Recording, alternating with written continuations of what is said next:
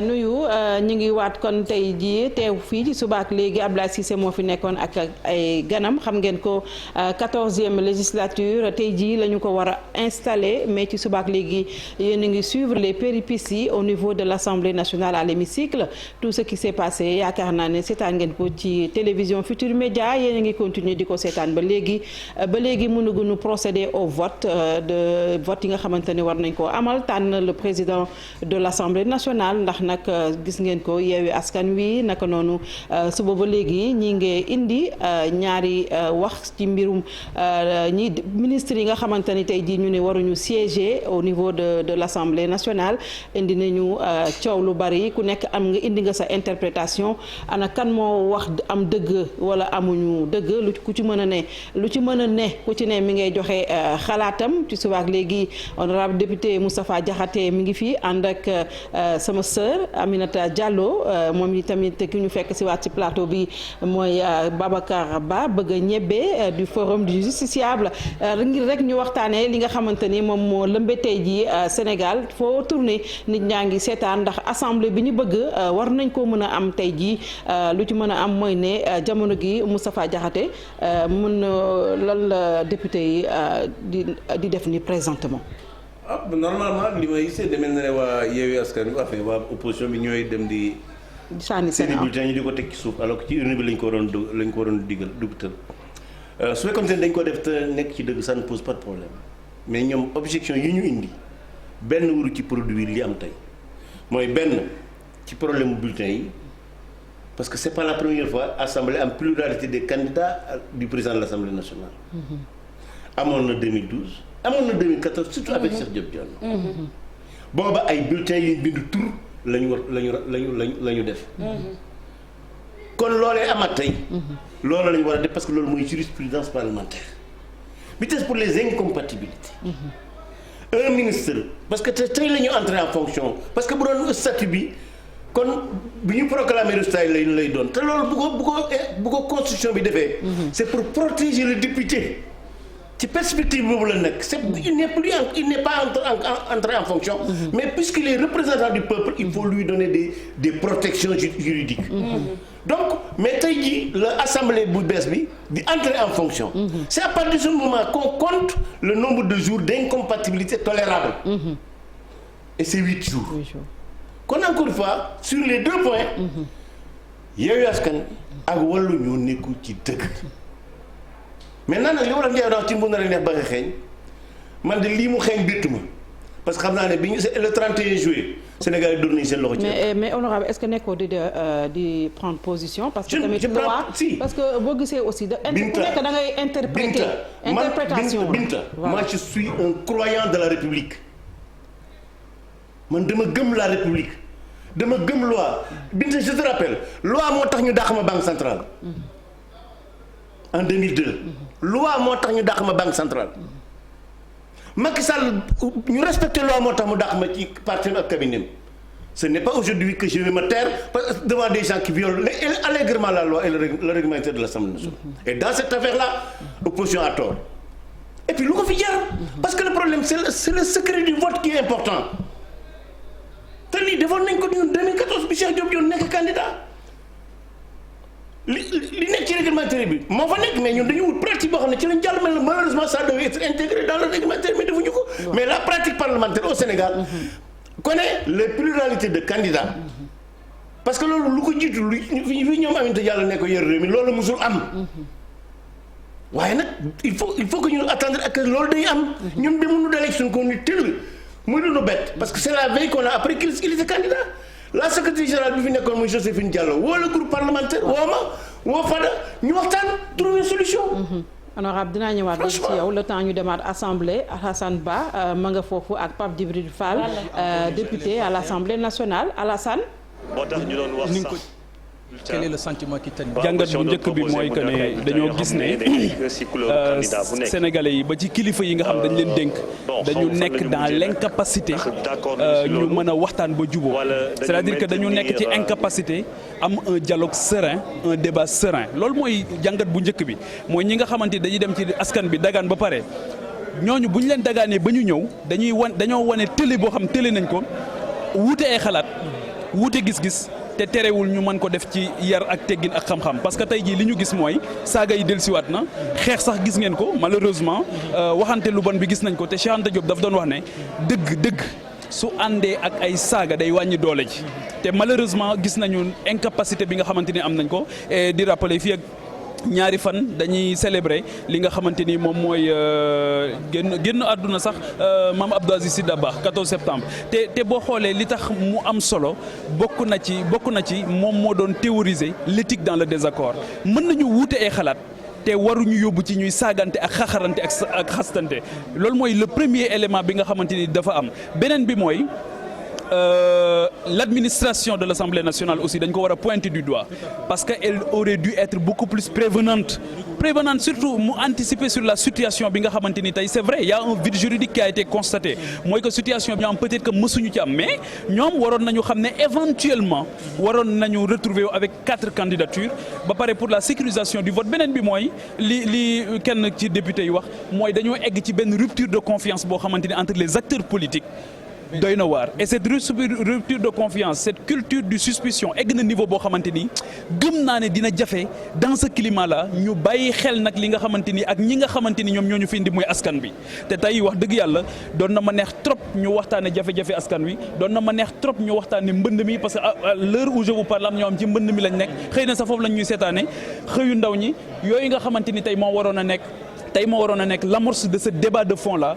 au lieu aujourd'hui d'avoir un débat sur les places sur des stratégies pour conquérir telle place ou telle place effectivement les places yi foog nit ñi jël ko effectivement il faut que mu am ñu diriger mais loolu waroon nañ ko mën a def avec beaucoup de sérénité avec beaucoup de lucidité avec beaucoup d'élégance mais malheureusement li ñu gis mooy c'est un débat de gladiateurs boo xamante ni tey gis nañ ne encore ils ont bandé les muscles malheureusement alors que jàppoon nañ ne assemblée de rupture bi nga xamante ni moom la ñu waroon na feeñ tey ci tenue waroon na feeñ ci retenue waroon na feeñ parce que démocratie gentleman agreement la élégance rek la su ci élégance dañee rek dara desatu ci c'est Montesquieu qui disait que la démocratie c'était la vertu maintenant bon n'est pas vertu qui veut. Mais Pape, tu as résumé la situation à cette rupture de confiance qui règne actuellement ci hémicycle bi entre pouvoir et opposition moo waral la situation qu'on est en train d'offrir aux Sénégalais et n'est pas belle à voir gis nga ko wax nga ko léegi nii est-ce que à ce rythme mën nañu tey yaakaar ni un président va sortir. xam nga il faut nécessairement ñu transcender li jafe li may naqarluwaat mooy sénégalais yi dañ ñoo yónni yàkkamte ju on n'a pas de temps à perdre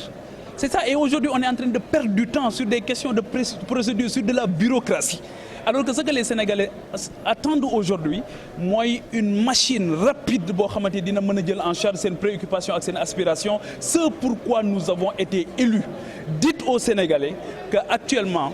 am na ñu yabal assemblée nationale ñoo xamante ni saagante ak xastante lañ fi am dites aux Sénégalais que amuñu assemblée nationale boo xam am na une administration huilée boo xamante ni dina anticiper si yoo xamante ni mën na ko bett comme li nga xamante ni moom moo am tey dites aux Sénégalais aussi que la question de l'incompatibilité bi nga xamante ni posé wu na mooy ministre yi ne waruñu nekk ci assemblée nationale la vérité aussi mooy ça pose même une question de fond mooy ki nga xamante day dem di dagaan baatu askan bi ne leen dama leen di taxawal assemblée nationale te yàlla xam na ne amul yéene représenter leen assemblée nationale pour man c'est de la trahison par rapport ak confiance boo xamante ni sénégalais yi def nañ la ko parce que mooy maa ngi dem di dagaan seen baat waaye wóor na ma wóor yàlla ne man tànnuma assemblée nationale damay dem rek pour remplir ay liste faire du remplissage ndax askan bi donc c'est le triptyque que nous avons toujours dénoncé mooy la séduction l'élection et la trahison pour ñun c'est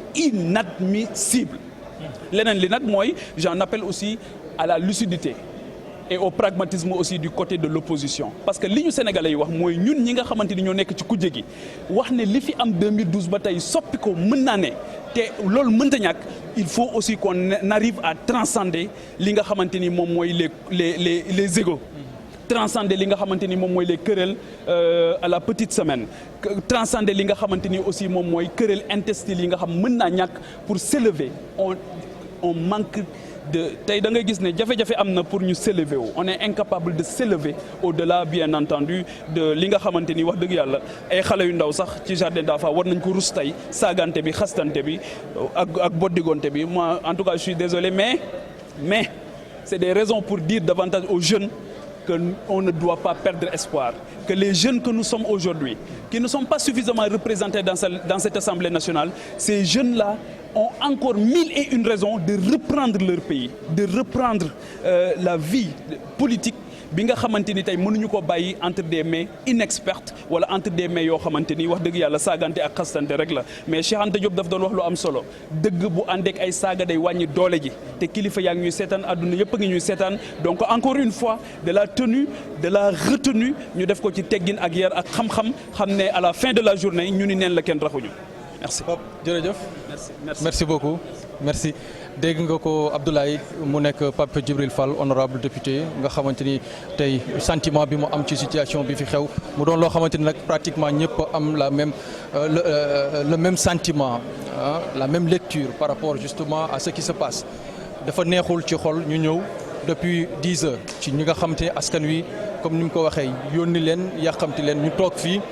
pour régler des questions yoo xamante ni c'est vraiment des questions élémentaires ñu waroon koo dépasser même si justement comme il le dit et comme on l'a toujours dit wax naa ko sànq maa ngi ko doon waxtaanee sànq ma ne leen il y a des questions yoo xamante ni vraiment il faut que Assemblée nationale règle ko une bonne fois pour toutes c'est-à-dire que ces questions yoo xamante ni c'est des questions de loi ñu am une lecture par rapport justement au texte muy leer ba yu mel ni ñuy mën ko justement ñu koy mën di anticiper donc c'est tout simplement que ni la situation telle qu'elle se présente actuellement il est très difficile pour ñaari parti yëpp muy pouvoir muy opposition ñu mën a justement élever wu par rapport à ce qui se passe ici parce que tout simplement comme wax na ko sànq ku ci nekk wóoluwul sa morom gis ngeen ko léegi li nga xamante ni xew na rafetul ci suñu réew rafetul ci Assemblée nationale ñu gis ñi nga xamante ni tey ñu ngi leen yaakaar dañ leen yónni ñu toogal fi askan wi di ñëw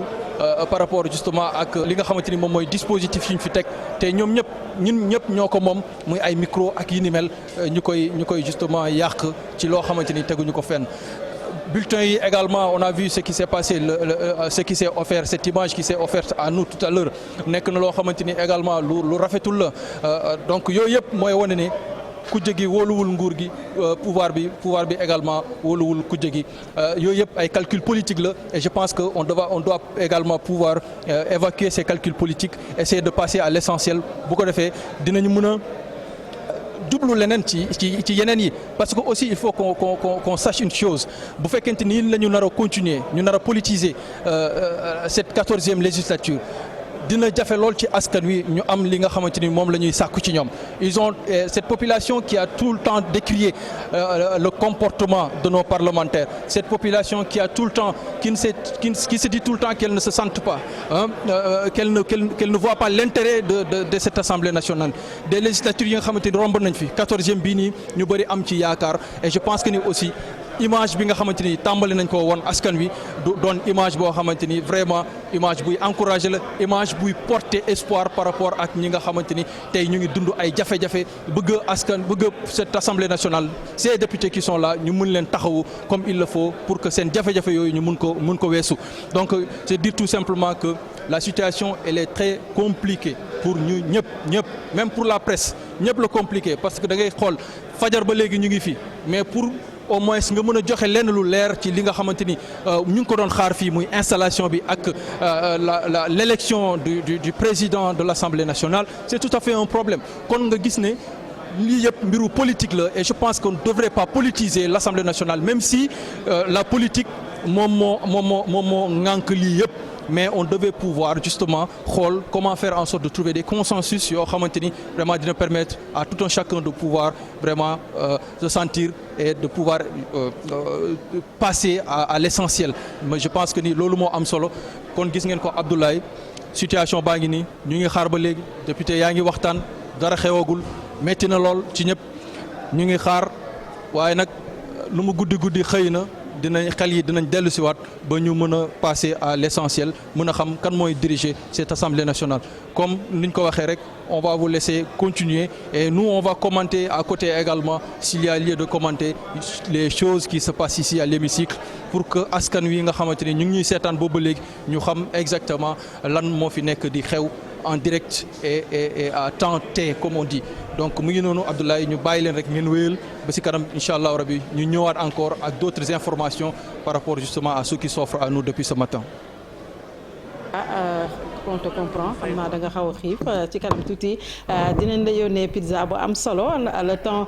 ñu dalal ci plateau bi keneen koo xamante ne moom itam dinaa ko gëndal ci pizza yi di forum du justiciable moo ko jiite Babacar Ba ñu ngi lay nuyuwaat. xanaa après ma jox ko Moustapha mu yóbbaale moom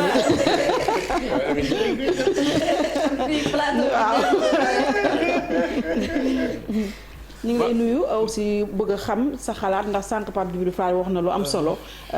rupture de confiance bi nga xam ne am na ci entre les acteurs ak egsi na foo xamante ne vraiment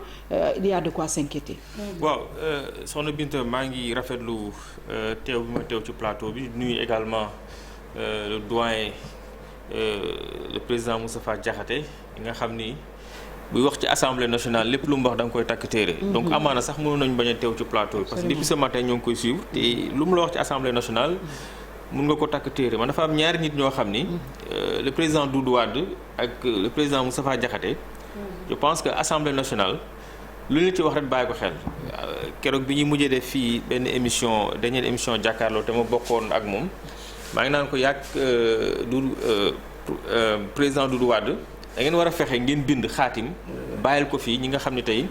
ñoom ñooy la nouvelle génération parce que xam-xam expertise mooy loo dund donc ñoom dañu dund assemblée nationale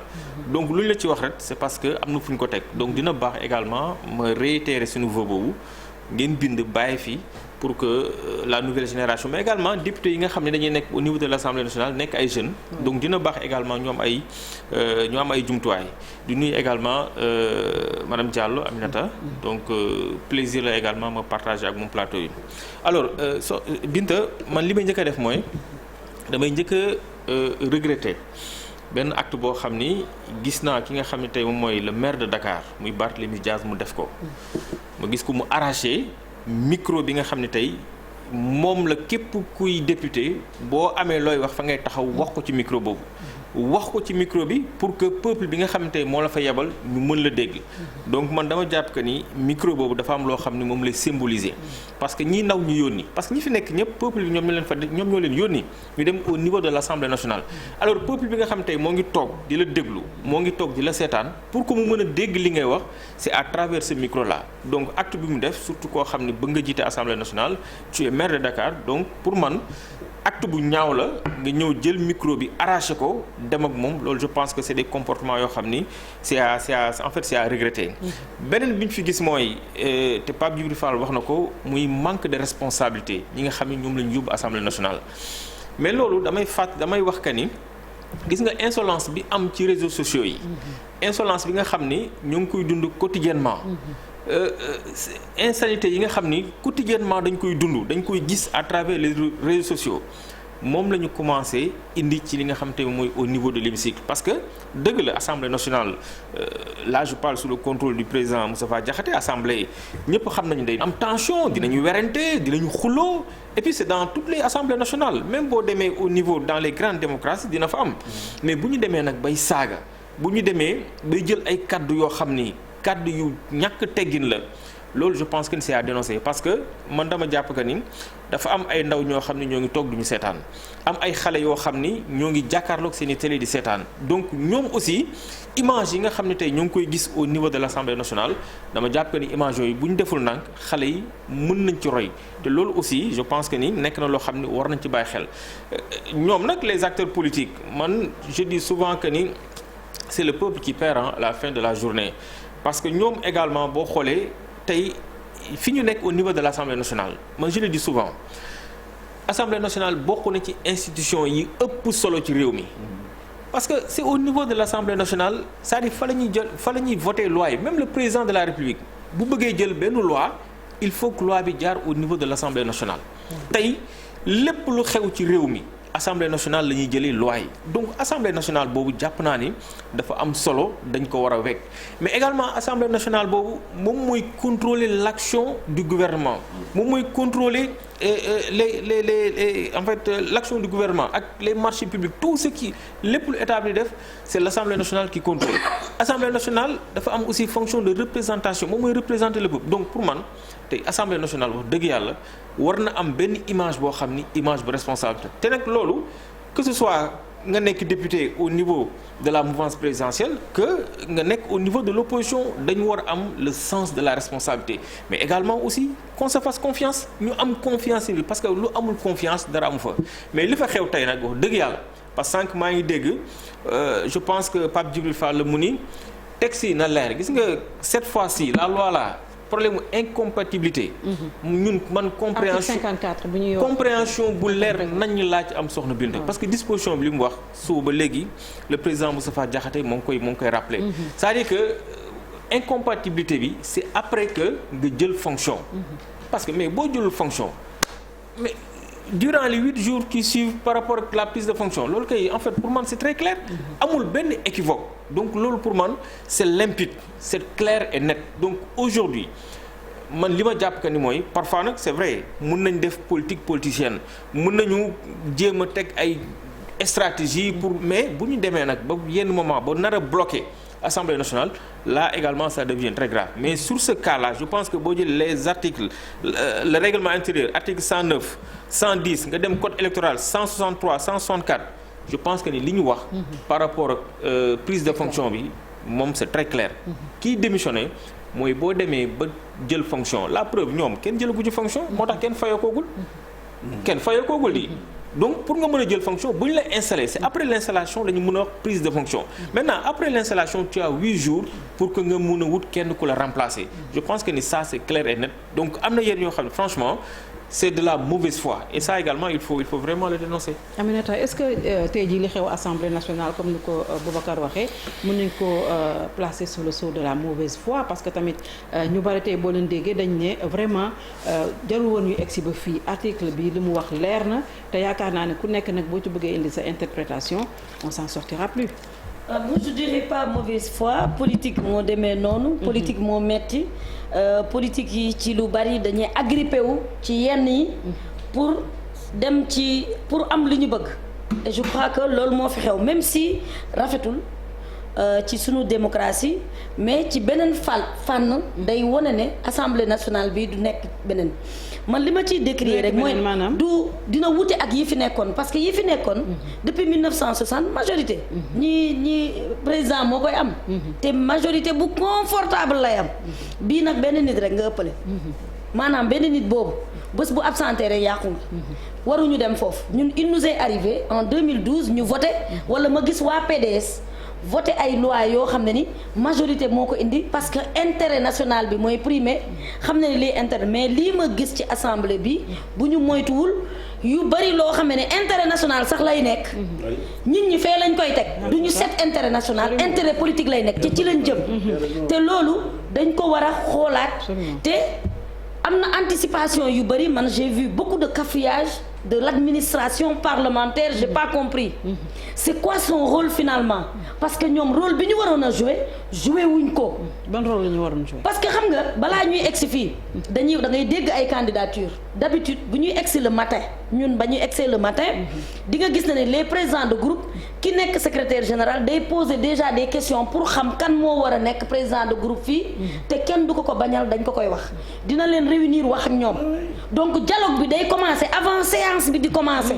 dialogue bi fa lay commencer non dañuy dem ci dialogue léegi yéen am ngeen candidat bi ñii am nañ candidat est-ce que doo leen xool noo leen waxee ak seen nit ñi ñu xool nuñ koy defee ak sérénité parce que nous avons jusqu'à minuit te am na ay mag am na lii ñu indi lu bari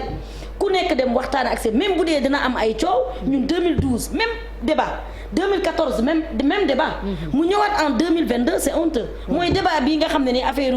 incompatibilité ak yooyu ñëwoon na 2012 parce que y avait des ministres. Absolument. En 2014 ñëwoon na kon nag loolu je crois que warul poser mais ay problème interprétation ak yooyu donc nos textes il faut ñu xoolaat ko mais politique yi il faut ñu xoolaat ko ku nekk amoo droit di utiliser politique pour daanu sa kaw morom te ñépp a koy def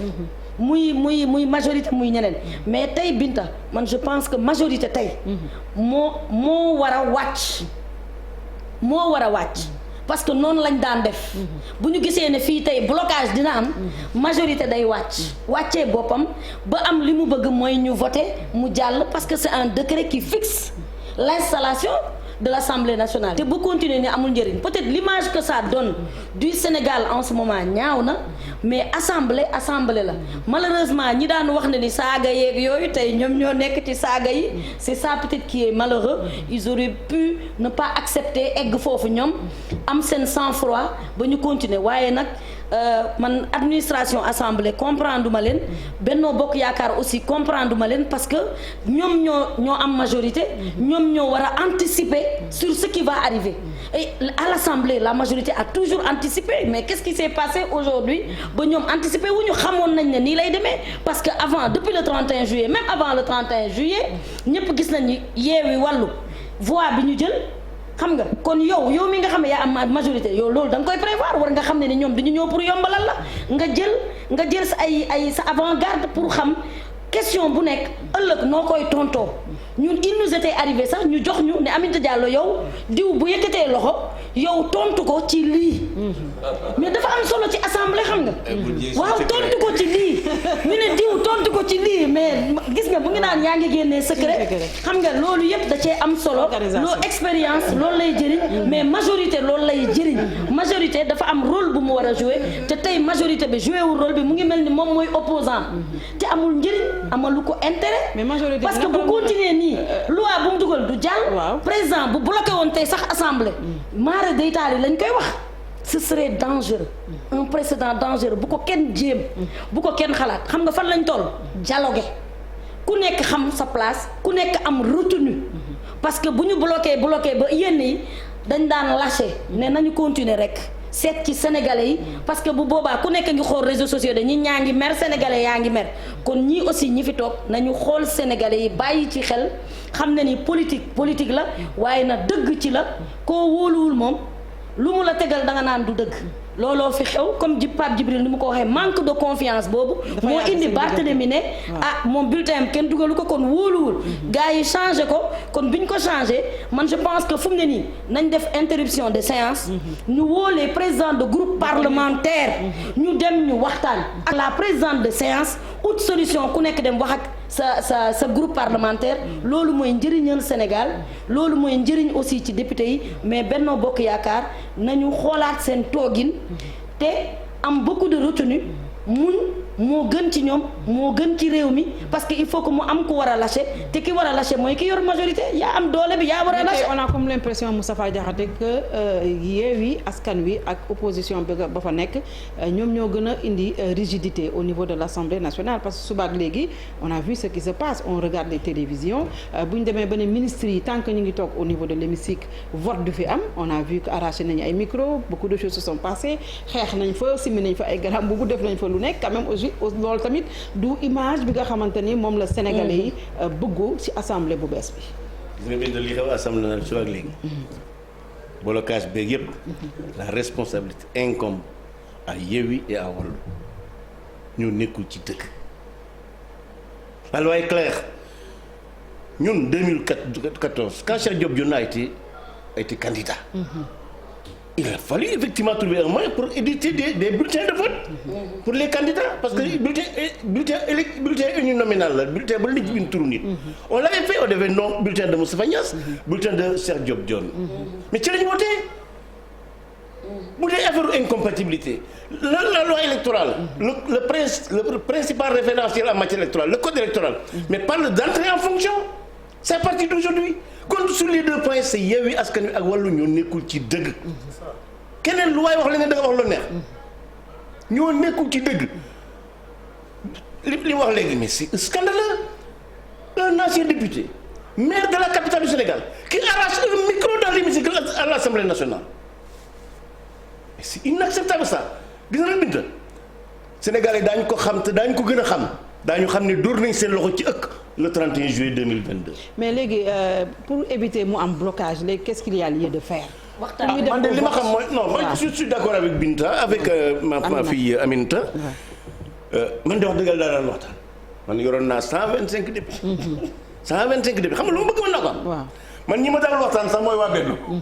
waaw ñooñu doon waxtaan rek xam nga man yor naa 125 ba pare kon soxla tut may waa Benno damay dem ci ñoom Modou Diagne Fada après ay dëmbooj ñoom damay dem ci seen biir di waxtaan ak ñoom ba am man fexe ba bu ma am loi yu symbolique ma fexe ba ñu wote ko à l'unanimité loolu du mënoon naa ko wote sama groupe wote ko ma tirer l'avantage sur moi mais damay bëgg loo xam ne Sénégal la bëgg mu gis ci boppam par exemple la loi sur le tabac on l'avait voté la loi sur la criminalisation des vols de bétail mais yooyu dama ko porté ànd ak ko député yi def ay séminaire ak ñoom opposition comme majorité parce que loolu laa jàpp ne noonu la réew war a doxe waaye nag ña fa nekk jàpp naa ne xëy na bu ñu installé lii yum je sais qu'il a les aptitudes mais tey Benno Bokk Yaakaar lee fa xew ci assemblée yoonam nekku ci parce que pour le moment puisque la 12e législature n'est pas installée Benno n'a aucune compétence fi ni ñaari ñoo am responsabilité mooy l'administration de l'Assemblée qui de mon point de vue a fauté parce que même les présidents de groupe ils les ont connus avant la séance ils devaient les rencontrer mettre autour d'une table les expliquer les procédures et puis pour mu jeex ñu ñëw wote mu dem malheureusement à ce niveau l'Assemblée a maintenant loolu aussi fu ñu comme dafa am lu xew Assemblée c'est vrai on dit que personne n'est indispensable c'est vrai personne n'est indispensable mais Joséphine elle était d'une prévoyance comme ça loolu dafa jógee Sénégal bu ñu fàtte ne que yoroon Assemblée pendant 10 ans pendant 20 ans d'ailleurs elle est décédée bon ñi ko remplacé xëy na yàgg na ñëw moom mais xëy na nit ki ni muy liggéeyee ouverture bi Joséphine amoon nit mën naa nekk secrétaire général te doo ko am gis nga Binta je vais te dire quelque chose qui va te surprendre c'est-à-dire la plupart de mon temps à l'Assemblée nationale je le passais dans le bureau de Joséphine man comment ma saa soxla bureau Joséphine nga may fekk wala bureau Cheikh Seck parce que c'est là où j'apprenais l'Assemblée nationale mais nag man yàlla dafa dogal bi fii xewee mu gaañoo président Moussa Niasse aussi il est en fin de mandat c'est compliqué donc situation bu paradoxale boobu ci la lii ñëwee maanaam mu indi beneen jafe-jafe maintenant jafe-jafe nag ci ngay xam ne góor jàmbaar yi ak yaafus yi gis nga yaafus bu jafe-jafe amee da koy yokk jàmbaar mooy fekk jafe-jafe mu wutal ko solution et malheureusement je le dis et je le regrette. Yewwi Askan Wi ak dafa mel ni la doyenne d'âge sànq dafa elle était dépassée. Elle est dépassée mais article règlement intérieur am na. je l'ai dit tout à l'heure à Aminta ne ko elle doit faire elle doit exercer son autorité féminine. absolument waaw ah oui son autorité féminine. ah oui parce que règlement intérieur am na lu jigéen mënu ragal jigéen règlement intérieur assemblée. l'autorité féminine mooy il y a le règlement intérieur. qui est la loi qui s'impose à tous les députés. Absolument. Si les gens veulent se créer la chaîne libre, mais tu leur appliques le règlement intérieur. Absolument. D'autant plus que la République du Sénégal a mis à sa disposition des gendarmes bien aguerris et je crois qu'ils pourront l'aider pour mettre de l'ordre. Mais je ne sais pas, Binta, moi je ne sais pas qu'on vienne prendre des députés les sortes. Mais ce qu'ils sont en train de faire, li muy ternir ci image assemblée moo gën a garaaw loolu. mais ternir na ko déjà parce que adduna bi yëpp ak ñu ngi nuyu seetaan pour installer un président. non franchement Boubacar Ba Sénégalais yi tey est-ce que duñu jaaxle parce que bu ñu demee ba diviser l'assemblée en deux tey 80 jox opposition c'était pour avoir un autre visage de notre assemblée qui est une institution qui doit être respectée mais bu ñu commencé waat nii est-ce que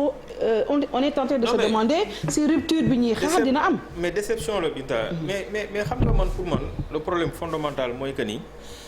il faudrait que aujourd'hui les acteurs politiques c'est-à-dire loolu dama ko yàgg wax il faudrait que les acteurs politiques ñu am le sens du respect par rapport à nos lois par rapport à nos textes c'est-à-dire mënuma comprendre ngeen yow tu es un acteur politique homme politique nga ba pare les rudiments de base les instruments yi nga xam tey ci nga war a sukkandiku pour mën a liggéey mënuloo ko maîtriser mais loolu yàgg nañ ko wax c'est-à-dire boo xoolee même avant sax ñuy agsi fii ci période du élection yi mais code électoral bi da ngay xëy suba ba ngoon tu vois des acteurs politiques di def lu leen neex ci kaw code électoral bi c'est-à-dire di violer loi yi ak nu mu leen neexee donc loolu pour man moo indi situation bi tant que amuñu le sens di respecter les textes parce que man je suis man république laa gëm man dama gëm ni que c'est-à-dire réew buñ dul respecter les textes buñ dul sukkandiku ci li nga xam tey moom mooy loi yi foofu réew mun fa am. c'est impossible. donc il faudrait que aujourd'hui les acteurs politiques ñoom ñëpp nag que tu sois de la mouvance présidentielle wala boog nga nekk au niveau de l'opposition il faudrait que ñu am dayu boo xam ni dañuy respecter les textes mais également ñi nga xam ni maîtriser wuñ textes yi mais nañ dem jàngi c'est-à-dire pour nga mun a nekk député dafa am c'est-à-dire y a des principes de base tey boo doon déglu ñoom président Doudou Wade wala ñoom Moustapha Diakhaté mais da ngay xam ni que ñii duñu lay wax c'est-à-dire dañu maîtriser les textes parce que ñàkk a maîtriser. yaa ngi déw boor bi Moussa Diakhaté rek. non mais en fait loolu je pense que ça fait l'unanimité c'est-à-dire que Assemblée nationale moom je pense que ni mënuloo ko wax ñoom en fait nga te doo leen tudd. absolument gis nga problème yu bari yi am fii yëpp c'est parce que ñu si bari dañu maîtriser wu li nga xam tey moom mooy les textes te loolu encore une fois. mais maîtrise des textes boobu nag boo ko maîtriser wu nag nga mën a siéger à l'Assemblée nationale. est-ce que aujourd'hui image bi ñuy renvoyé moom mooy boo ñëwee fekkee yow saaga woo dóorante woo rek. yow nekkoo un bon député. xam nga déjà député ñu si bëri c'est-à-dire buzz lañ ko def. c'est ça tey ce matin j'ai vu ñoo xam ni voilà dem ci salle bi photo wu commencé ça alors que yow boo xamoon sas pour man bu la askan bi sase. c'est-à-dire gis nga sacerdoce boobu poids boobu fardeau boobu pour man diis boo xam ni am na yu bëri yoo xam ne doo ko def mais encore une fois de plus Assemblée nationale du lieu boo xam ne da ngay dem pour def fa buzz parce que et je reviens à la charge man image parce que dafa doon naqari Barthélémy Dias li mu def non pour man c'est-à-dire c'est inacceptable dans un état de droit tey ñun bu ñu amoon moyen pour intenter pour actionner la justice pour porter ko plainte on allait le faire parce que c'est des images yoo xam ni dafa rafetul encore une fois de plus le peuple bu la mandaté jox la pour nga nekkal ko biir Assemblée nationale pour man dafa am noo xam noonu war a taxawee maintenant nag encore une fois de plus. mais avant Barthélémy Boubacar y a eu am na xeex ci biir gis nga ko. c'est-à-dire xam nga pour man sax Ahmed Aïdara moo démarré Guy Marius Sagna. c'est-à-dire jël ay urne sànni ko fële. tout ça on dénonce c'est-à-dire que pour man saaga rek boo ko defee au niveau de l'Assemblée nationale c'est à dénoncer mais gis nga micro bi man mi la mandaté su ma toogee sama saal ci micro bi ngay waxee pour man ma dégg ma mën a dégg yow tànk ba nga fa taxawee donc bu dee micro boobu mais et puis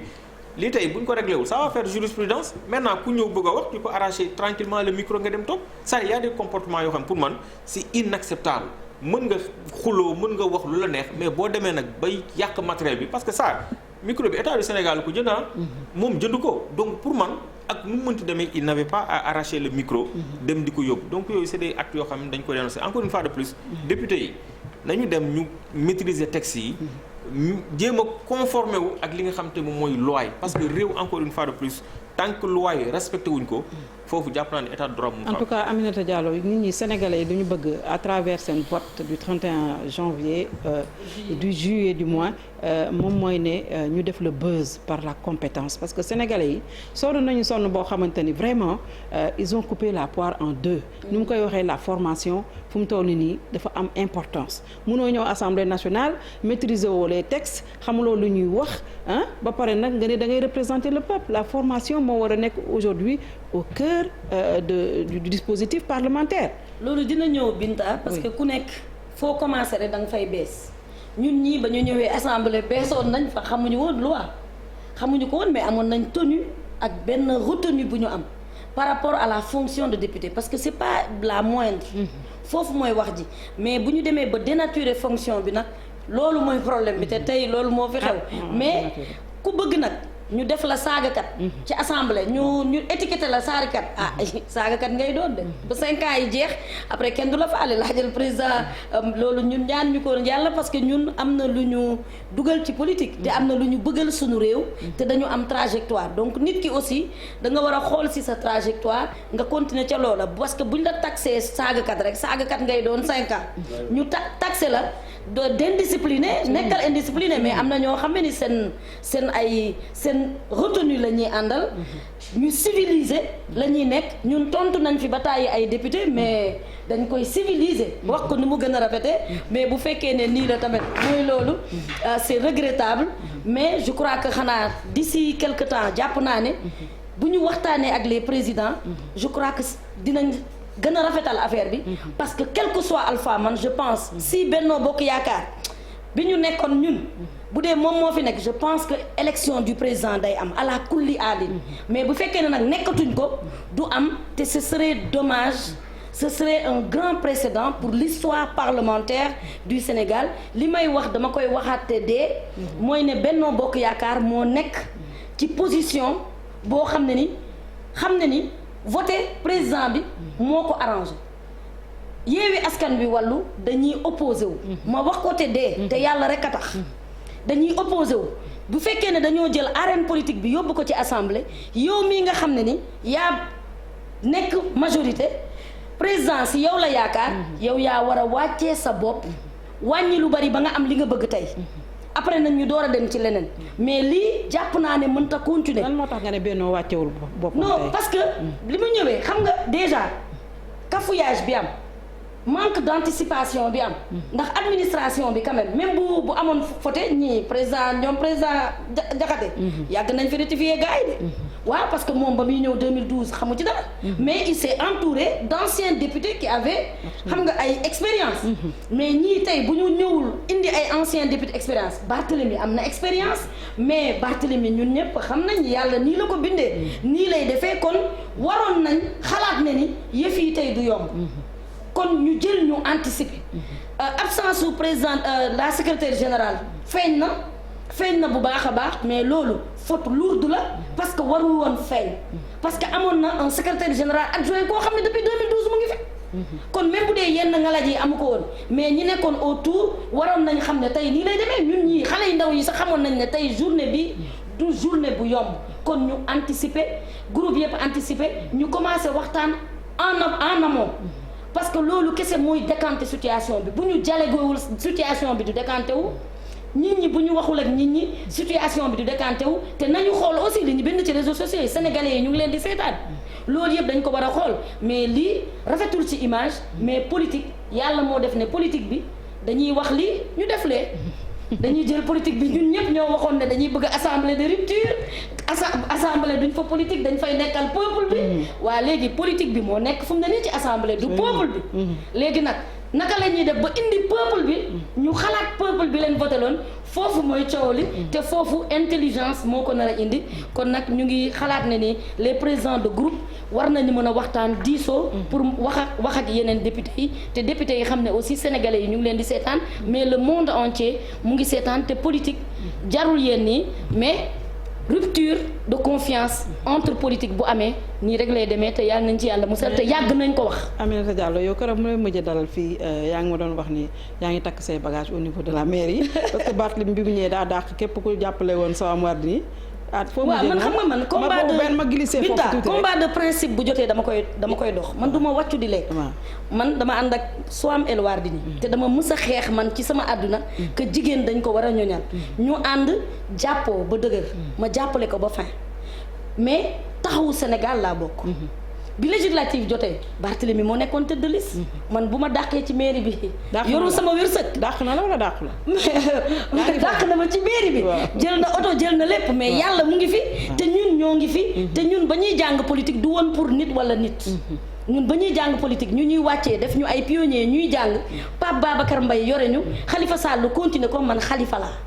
te principe boobu maa nga ca combat de principe dama koy dox léegi nag ku ma ci mere nga mere ma ci leneen Khalifa moo ma jàngal ne principe mooy ne combat de principe na la jaral dee Khalifa ma ko jàngal kon nag du ma ko jàngal ma defi leneen nit ñi di ma jéppi man du ma ànd ak kenn mu metti ma bala dañuy ànd booy daanu dañuy ànd daanu booy taxaw dañuy ànd naa ak moom ba fin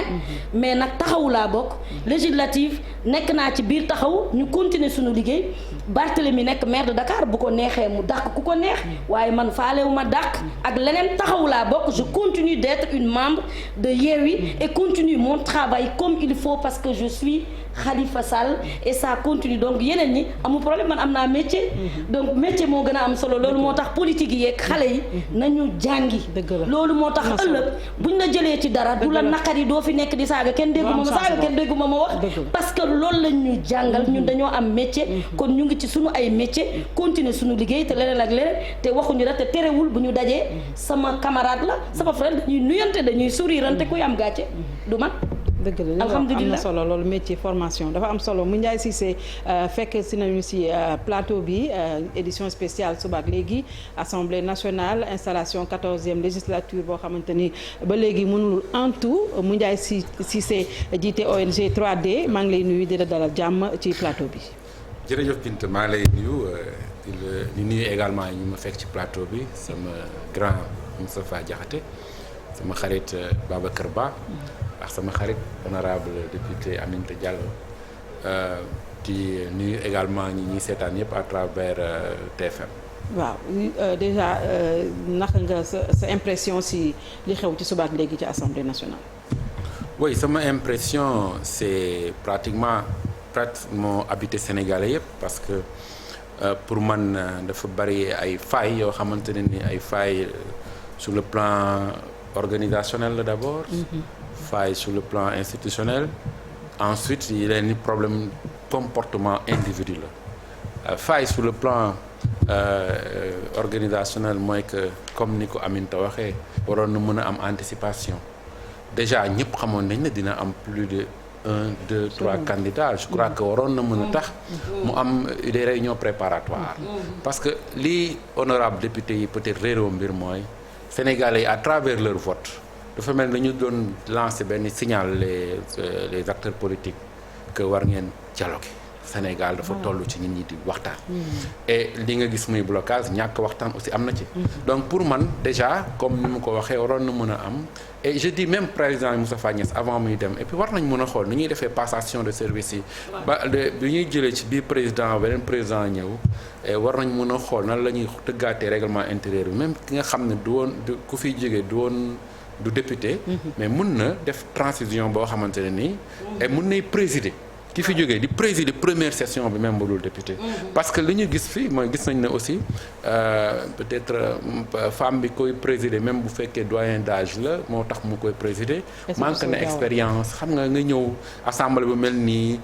pression bu mel nii présider lu mel nii c'est pas facile.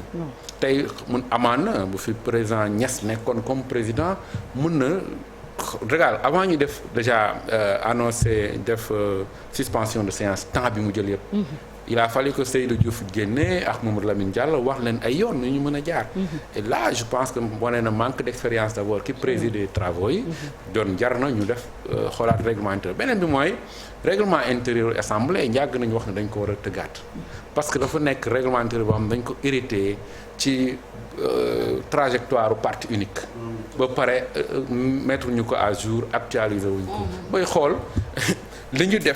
defee di bulletin yi mais c'est dépassé yooyu yëpp ça veut dire que dañu war di loi dañ koy méngale ak jamono. non on n'est plus au régime de parti unique on n'est plus au régime aussi bi nga xamante ne dañ def bi fi Abdou Diouf Senghor nekkee après ñu tëj ko à trois courants. maintenant ñu ngi ci régime multipartisme boo xam ne c'est intégral.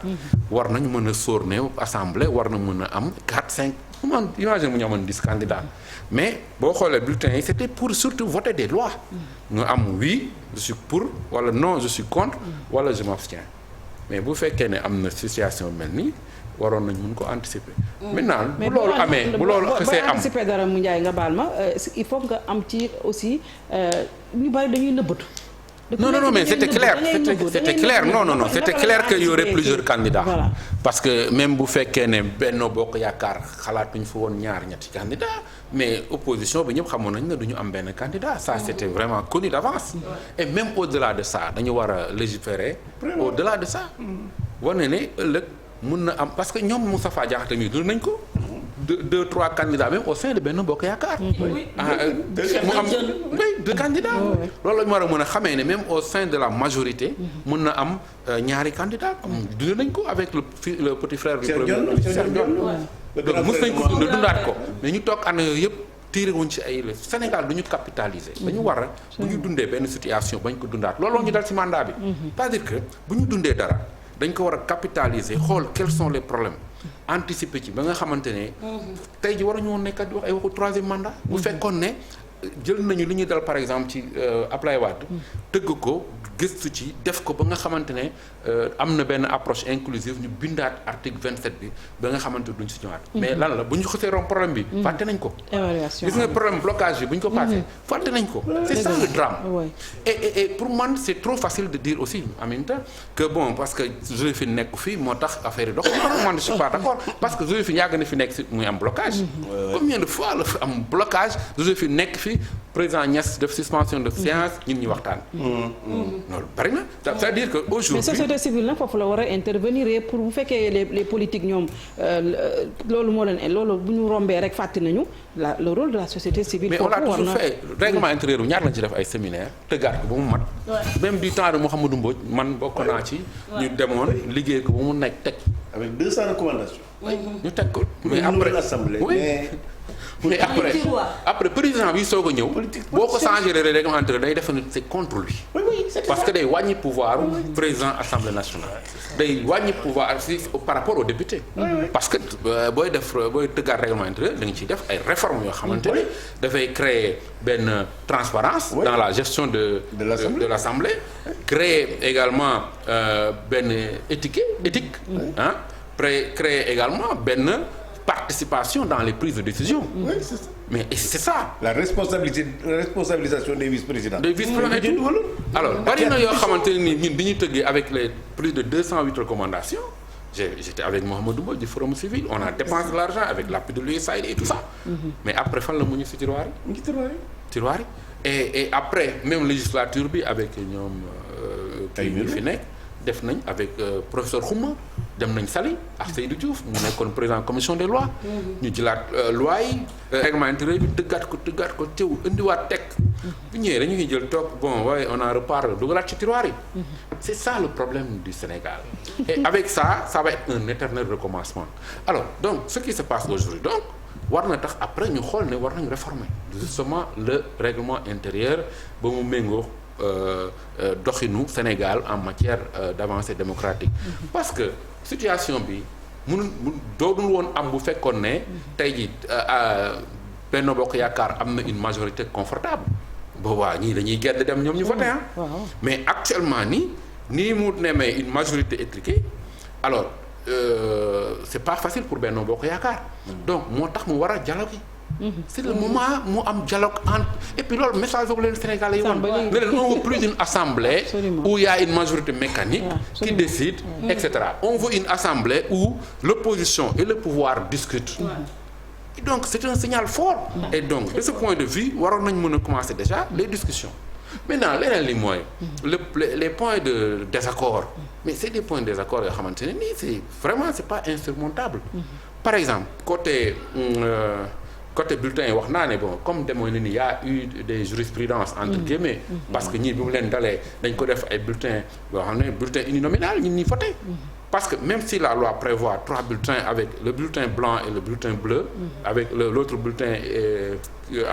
noir mais bulletin blanc yi mën na rester le même mais ñu yokk ko ci def ci tur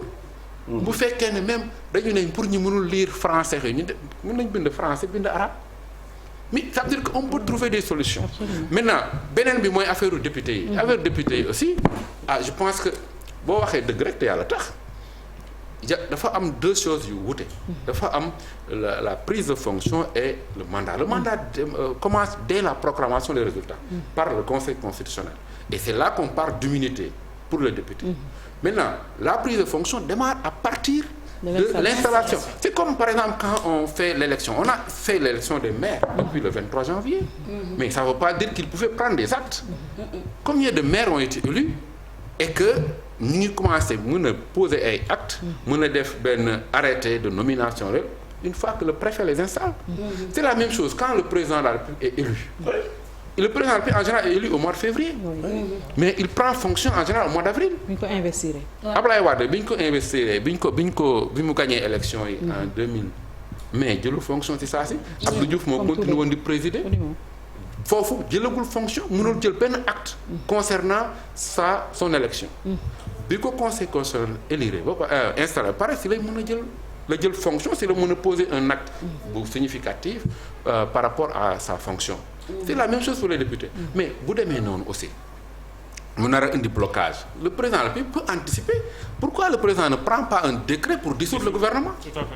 Mais quel est le problème? On sait que le gouvernement là il n'est pas opérationnel. Il y a plus de conseil des ministres. Et on sait que même s'il ne prend pas l'arrêté, si aujourd'hui bu ñu defoon installé woon tout ce qui est membre du gouvernement, tous ceux qui sont membres du gouvernement vont devoir démissionner avant 8 jours. Donc pour un délai de 8 jours mu nar a indi blocage parce que bu ñu xasee ba yegg minuit dañuy déférer l'installation mu amaat un autre décret ñu war a xaar décret mais ça retarde. Un vide juridique. Donc pour man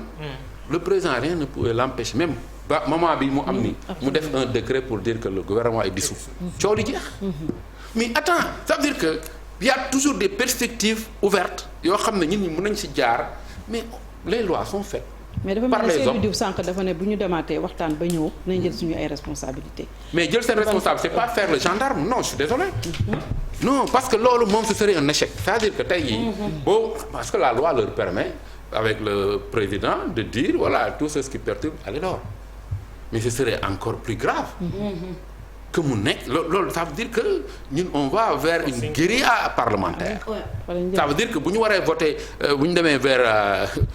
pour le vote même de la loi des finances. on va avoir encore de plus grands problèmes. Ouais. boobay gën a compliqué parce que boobu le tiraillement yi di gën a sax.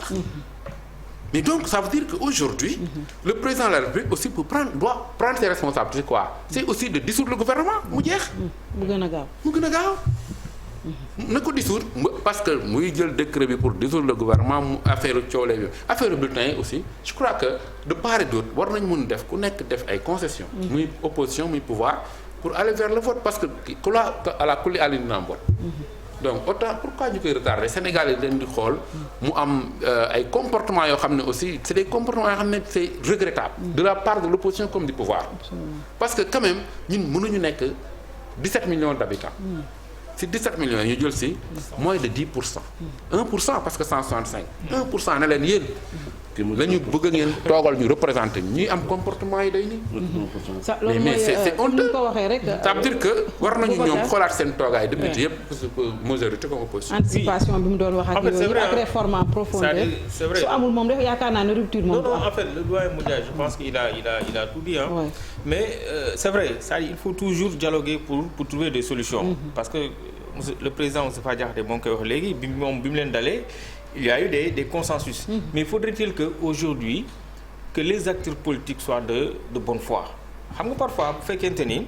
il y a des députés yoo xam ne dañuy ñëw uniquement pour bloquer. Parce que ça aussi ça peut arriver ah. am na ñoo xam ne dañuy ñëw uniquement ne non tey élection du fi am donc on va saboter on va bloquer. Mais dans ce cas de figure-là ça va être très compliqué pour que ñu mën a trouver ay consensus. Mais bu fekkente ni ñoom mooy li ma la doon wax sànq rek il faudrait que ñoom ñu xam. lan mooy fonction de député. lan moo leen fi indi ñëwuñu fi pour faire de l'opposition pour contrecarrer ou bien s'opposer aux politiques publiques ça dañ ñëw juste pour l'intérêt de la nation. Ils sont là juste pour aujourd'hui défendre l'intérêt des populations. Mais parce que loolu tey mooy permettre que suba bu ñu demee ba installer tey bu fekkente ni pouvoir bi dafa jël benn loi bu dee loi bi baaxul ci askan bi. ok ñoom ñu mën ko contre mais bu dee loi bi tamit dafa baax ci askan bi ñoom ñu mën ko voter parce que à partir de ce moment dañuy jàpp que ni ñoom en tant que député ils sont là que pour le peuple donc il faudrait que également pour que consensus yooyu am ñu mën a nekk de bonne foi mais tant que dañu am benn mauvaise foi boo xam ne peut-être dañuy ñëw pour bloquer ça va poser problème beneen bi li mu Ndiaye wax je suis tout à fait d'accord avant mais ñëw am na benn borom xam-xam bu ma doon waxtaanal mu ne ma le président il pouvait éviter cette situation il suffisait tout simplement de dissoudre le gouvernement donc 8 jours am na ko pour que ñu mun a former beneen gouvernement donc je pense que à partir de ce moment bu fekkente ni daal mbir mu sottiwul je pense que c'est au président également de prendre ses responsabilités mais encore une fois de plus ma waxaat ko tey li am c'est l'erreur de Yewwi et de Wallu parce que le texte la loi par rapport ak l'incompatibilité texte bi mu Ndiaye wax na ko c'est très clair donc loolu moom bu ñu ci bëggee sukkandiku pour invoquer les cas d'incompatibilité c'est de la mauvaise foi. Alors Moustapha Diakhaté tey jii gis nañu li nga xamante ni moom moo xew Assemblée nationale dafa mel ni dañoo ñëw uniquement pour bloquer bu ñu déggee discours bu nga xamante ni une semaine avant Ousmane Sonko def na ko ne dinañ xam ne ñi nekk député yi nekk Assemblée nationale du ñoom ñoo am na le laboratoire est derrière ñun ñoom dañuy du assemblée bi daal dootul nekk comme assemblée bi fi nekkoon laboratoire baa ngi ci ginnaaw di leen wax li ñu war a def. loolu la wax daal en substance. xam nga assemblée bi bañ a nekk li mu nekkoon moom jàpp naa ne Sénégal yëpp d'accord nañ ci waaye assemblée bi lan lay nekk. mooy question bi. toujours dama koy wax et je le répète ici wax naa ko fi sànq l'Assemblée nationale depuis 1962 est un pouvoir faible et un contre-pouvoir inexistant. voilà le fond du problème voilà le vrai problème képp koo xam ne da ngay xalaat ne da nga war a indi assemblée bu bees li nga war a def mooy faire de telle sorte que l'assemblée soit un pouvoir fort et un contre-pouvoir existant. waaye du lii ñu indi fii ci suba ak léegi du loolu mooy rendre l'assemblée forte loolu du mooy rendre l'assemblée donner à l'assemblée un pouvoir unique qui existe un contre-pouvoir existant ça ce n'est pas du parlementarisme à la limite c'est du banditisme et je pèse bien mes mots su fekkee ñu moom loolu mooy projet parlementaire à l'assemblée de rupture c'est pas demain la veille encore une fois Sénégal nag Binta dafa am lu ñu dal loo xam ne bu ñu defu ndànk moo nar a sànq dem nan ba fenn wu nu neex moo gënal dëgg gu ñuy jëriñ fenn wu nu neex moo nu gënal dëgg gu ñuy jëriñ loolu moo nu nar a alak gis nga alkane dañoo defee ne awaa sandek nit rek mooy alko waaye ab réew sonn na alko Sénégal nag jëmmi ci alkane joo xam ne bu defu ndànk dina ci dugg parce que nag ay loi mooy am réew ay loi la ki pratique nga bëgg a jël lépp sànni parce que loolu la neex sëñ bi loolu c'est inacceptable ce qui s'est passé aujourd'hui li mu Ndiaye wax sànq moi je suis d'accord que parfois il faut trouver des solutions pour éviter des blocages c'est vrai le président pouvait dissoudre le gouvernement mais ce que les députés doivent faire c'est de respecter d'abord le règlement intérieur parce que bu ñëwee assemblée li ñuy jëkk a jox mooy règlement intérieur code électoral c'est pas pour rien ça qu'on leur donne le code électoral c'est pour nga xam ne les mécanismes nee na la ñuy voter mais dans ces deux affaires yi ñu soulevé yëpp nekkuñu ci dëgg et il bloque l'instruction parlementaire depuis une journée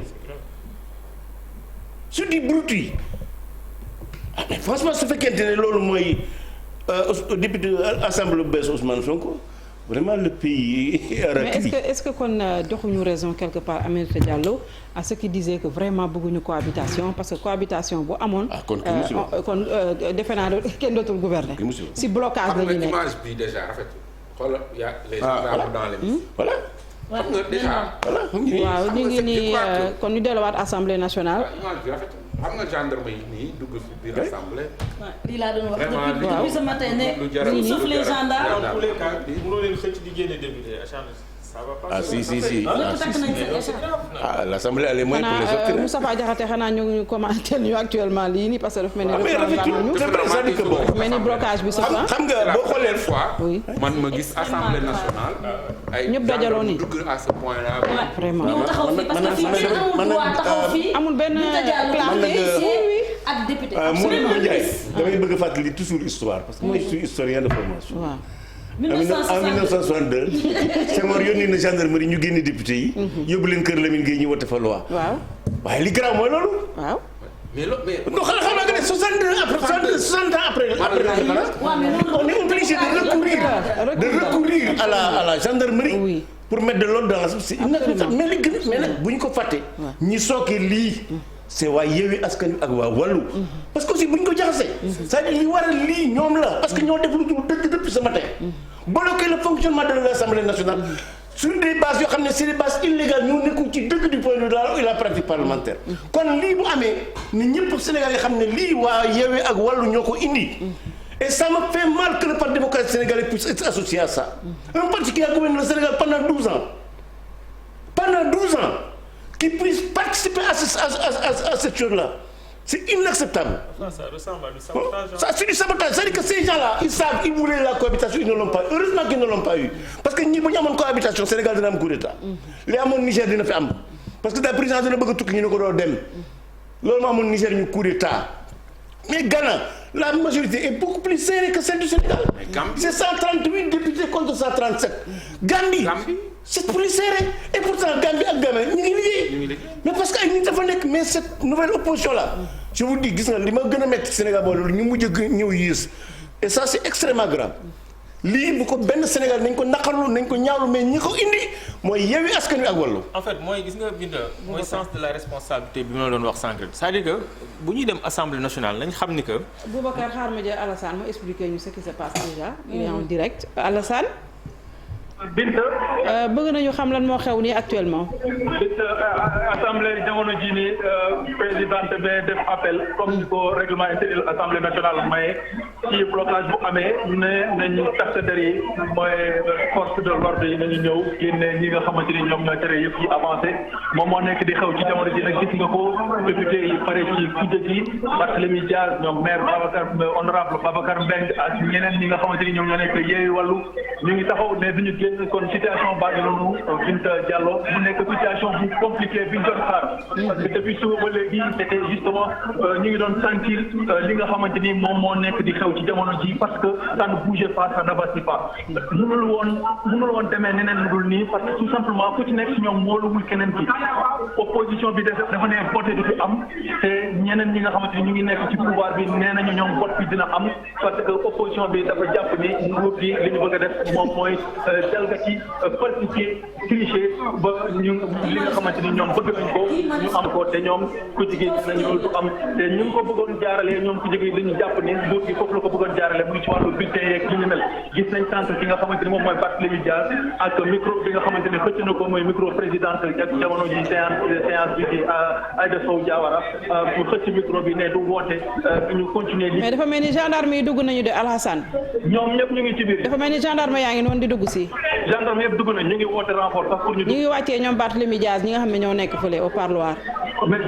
justement c'est ça loolu laa la bëgg a expliquer ils sont en train de renforcer la sécurité pour ñu ngi noonu di dugg si ni jamono ji ñu ngi ci président bi pour bu ku ci mel ni Barthélémy Dias ak Babacar Mbengue jamono ji ñoom ñoo taxaw foofu ne duñu bouger gis nga ko noonu nee nañu duñu bouger nag ñu ngi téye sax ci li nga xamante ni moom mooy président bi pour tout simplement agripper wu ci pour éventuellement bu ñu bëggee def li nga xamante ni moom mooy force utiliser la force bu demee tax mën na dem ba yàqu wala kenn xamul donc c'est la situation qui s'offre à nous actuellement mu nekk loo xamante ni nag comme j'ai dit tout à l'heure Binta Diallo on pouvait s'y attendre parce que tout simplement ça n'avance pas dans les discussions c'est les mêmes on se répète parce que tout simplement bu ñu woon dem ci élection bi ndax wóoluwuñu li nga xamante ni moom lañ leen offrir ci wàllu budget yi li ñu wax ak li nga xam ne moom mooy incompatibilité bi ñu soulever débat boobu depuis boobu ba léegi ci wàllu ministre yi nga xamante ni ci gouvernement bi te jamono ji ñu ngi ci hémicycle bi ñu élire leen en tant que député mu nekk kon Binta Diallo en direct que vous êtes en train de suivre les gendarmes qui sont là à l'intérieur de l'hémicycle une situation inédite mosutee am wala boog bu fi amee sax fekk na fee am mu nekk loo xamante ni vraiment image bu Sénégal yi di seetaan ci jamono ji boo xam ne xëy na mënoon na ñàkk ndax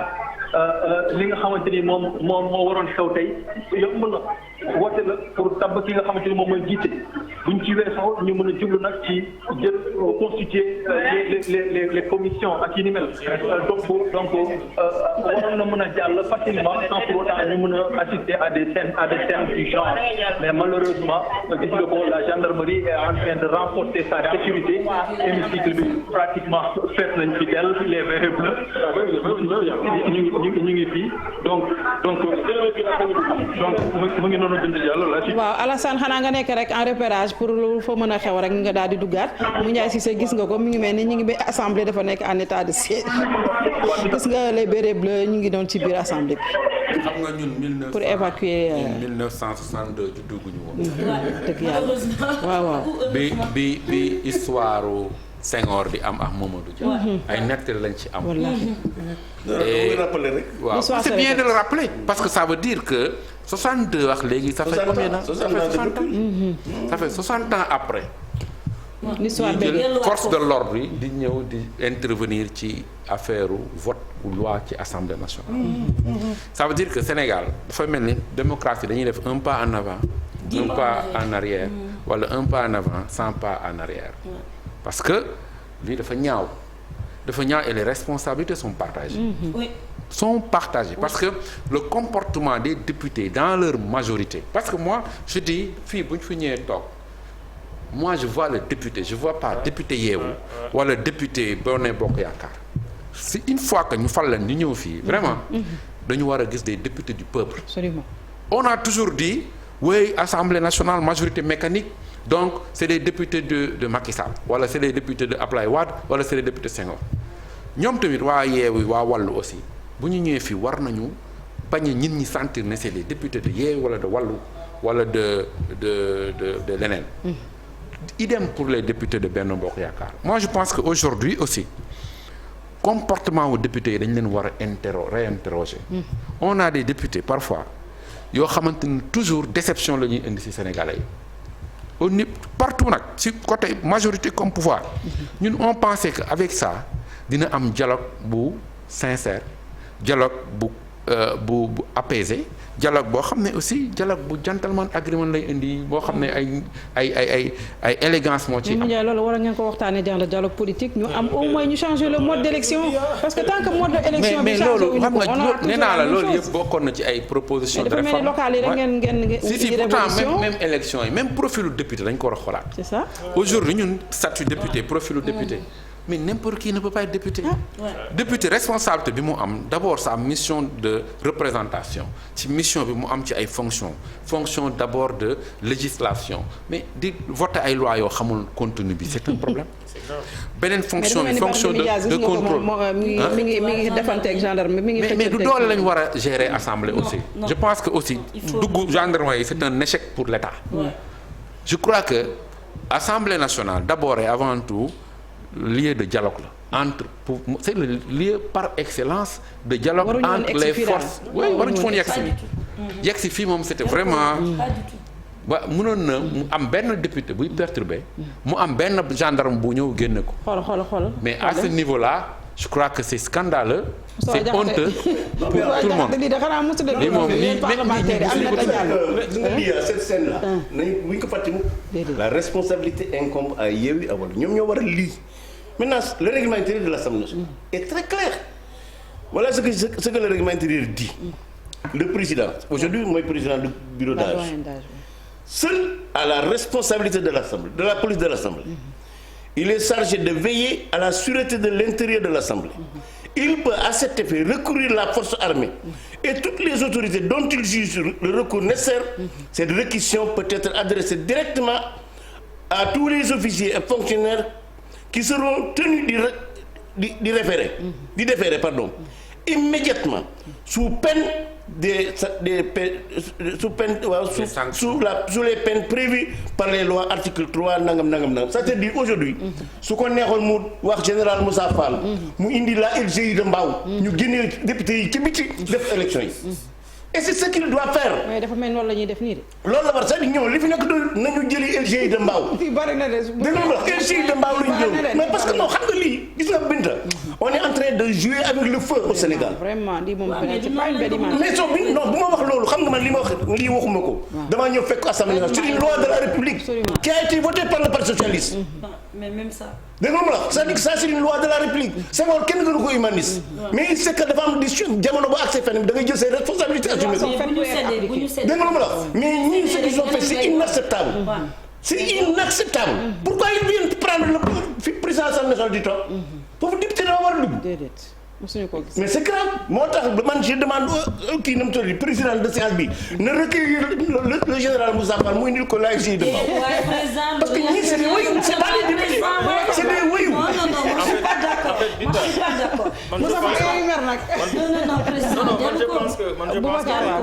je pense que tey fii aujourd'hui les bandits c'est pas Benno c'est Yewwi Wallu. Benno fii ñëpp am responsabilité. non la responsabilité. lii ça ne renvoie pas à une belle image du Sénégal. waruñu dellu en 1962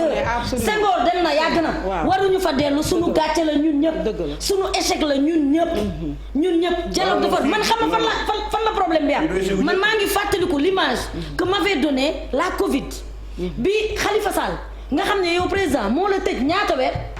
nga nangu dem wuy ji pour Sénégal pour intérêt Sénégal Ousmane Sonko ak ñëpp ni ñu ko xamee woon verbam ak yëpp mu dem wuy ji qu'est-ce qui s'est passé ba rupture bu mag bu metti bi am ba tey Assemblée nationale tey gendarme lii suñu gàcce la ñun ñëpp lii warul am image bi warul am je suis désolé ak ku mënta tooñ ak yeneen fii suñu responsabilité la ñun politique yi ñooy rouge tey suba ñu vert ñooy wax lii ci mbedd mi bu ñu duggee feneen ñu wax leneen ñun politique yi la. yéen a ngi waaw mais nañu waxante dëgg te dee. waaw nañu waxante dëgg te dee. suñu responsabilité la ñun ñëpp cette image là elle n'est pas belle elle ne le sera jamais. on n'est pas en 1962. lii c'est extrêmement grave pour man sama génération man ñuy gis lii président waru woon cédé ba ñu naan ko demal waxal ñu indi gendarme mu nangu ñu indi gendarme parce que xam na xam na ni dañu war a indi moom waru woon cédé moom le président de la république waru egg foofu. non président de la république non même bu dee yoonam nekku ci am na ci responsabilité président fii président bu bëggul woon fii gendarme dugg fi président man bokk naa Benno Bokk Yaakaar nekk naa fa député président yàgg nañu woo président yàgg nañu dem ba moom mu ngi ñuy toog yàgg nañoo dem loi am mu xam ne ni lii bu président taxawul loi bi du jàll mu ngi ñuy toog ñu dem palais déggoo ma de du ma ci avancer leneen mais dañuy dem ba palais kon président am na fi responsabilité bu bëggul woon gendarme dugg fii bu waxoon ne assemblée bu leen àgg ci gendarme dugg fa kon gendarme du fi dugg jaru ko nañu waxtaan président mais même ça nañu waxtaan président jaru ko suñu xol yi bu mu jóg ba ñu def loo xam ne ni ñun ñëpp dinañ ko regretter ëllëg même si c'est la loi organique président c'est pas parce qu'on a la force qu'on l'utilise contre nous-mêmes c'est l'utiliser contre nous-mêmes ñun am nañ fi coow xeex nañ fi assemblée ay nit xeex nañ fi xeex doorante ñun fii ñun ñëpp ñu toog fa mais yow xam nga ni boobu fa nga toogoon yow doo musa nangu yow Moustapha Diakhaté fa nga toogoon foofu nekk député ñu wàccee fa gendarme te nga nekk fi parce que day mel ni amoo fa njëriñ. mais lii musul am. waaw mais ñi fi nekk waroon nañ jël seen responsabilité parce que y a même des ministres de la République loolu mooy dëgg. xam nga Binta. wax dafa neex. waaye dégg ko dàq. xam nga lii échec gu état la. d'abord préparation session bi. deuxièmement aussi depuis ce matin bi coow li amee. xam nga assemblée nationale bu ñu ko convoqué tey jii le 12 9h ba 14h15 mën nañu démarrer c'est un problème. xaar ñu démarrer xool Alassane Ba xam ndax dafa mel ni xeex bi commencé na ak gendarme yi Alassane. ñu ngi tànnante gendarme yaa ngi buuxante député yaa ngi tànnante ay bouteilles affaire xeex yaa ngi tàmbali vraiment entre député yi ay bouteilles la ñuy tànnante Aïda Sow Diawara sax génne nañ ko. moo gën jamono ji gendarme yi ñoo ko génnee escorté ko parce que ñu ngi ko doon sànni ay bouteilles aussi donc affaire yaa ngi noonu situation bu vraiment bu ñaawa moo nekk de jamono ji vraiment ça ce n'est pas joli à voir. waaw elle est professionnelle image bu yàgg la. ñu ngi doon xaar vraiment ñu yeewi askan wi mais malheureusement li fi nekk di xew dafa rafetul ay député. bouteille yaa ngi doon di naaw. di tànn ay bouteille ñenn ñi di yéeg ci table yi vraiment dafa rafetul bi daal affaire yi daal jaxasoo boo xamante ni on ñoo yee génne ko. à ce que mu yegg fii mais malheureusement yegg na fii ñaaw na déjà c'est l'image dafa rafetul donc mu ngi noonu ñu ngi buuxante gendarme yi ak les députés ñu ngi buuxante ñeneen ñi di sànni ay bouteilles donc c'est malheureux c'est dommage c'est vraiment dommage ñii dindi nañ écharpe yi sax chaise yi ñu ngi yàq chaise yi sax xoolal di yéeg ci table yàq nañu présidium bi yàq nañu plutôt table yeeg ak ñu ngi daanu sax. nee na yàq nañu présidium bi. yàq nañ lépp vraiment bi daal li dafa ñaaw yàq nañu table yi yàq nañu banc yi chaise yi yàq nañu banc yi yàq nañu chaise yi yàq nañu lépp micro yi ak yëpp tout a été gâté c'est malheureux ils ont tout gâté vraiment ay magum jëm waroon wane image bu rafet askan wi am ci ñoom yaakaar ñu fal leen doon xaar tey fi ñu installé leen ba ñu mën a tàmbali seen liggéey mais malheureusement dara amu ci fi ñu mujjee mooy ay sànnante ay bouteilles comme ay xale yu ndaw di damm ay chaise di damm ay table di yàq ay micro ba ñuy évacuer ay ñoom Aïda Sow Diawara di leen par la gendarmerie. Je pense que ce n'est pas une très belle image qu'on offre, ils sont en train d'offrir actuellement au peuple sénégalais et à tout le monde entier qui est en train de suivre ce qui se passe ici. Je pense que c'est malheureux et c'est regrettable et c'est dommage. ñu ngi yëg chaise yàq nañ lépp caméraman RTL ci seen pieds yi yëpp lañ daaneel donc c'est malheureux c'est dommage c'est comme ça. Alassane mu ngi wax avec émotion parce que vraiment lii moom dafa doy waar image bi moom vraiment du liñ doon xaar. dafa rafetul Binta dafa ñaaw dafa rafetul.